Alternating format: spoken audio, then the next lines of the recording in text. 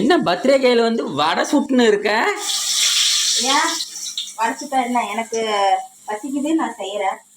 உன்னை நம்பின வேலையாகாது. அதனால நானே வந்து களத்துல இறங்கி. என்ன எழுப்பியிருந்தா நான் வந்து உன்னை ஹோட்டலுக்கு கூட்டு போயிருப்பல. யார் நீ? தேவை இருக்கிற அன்னைக்கு நீ வந்து செய்ய மாட்ட.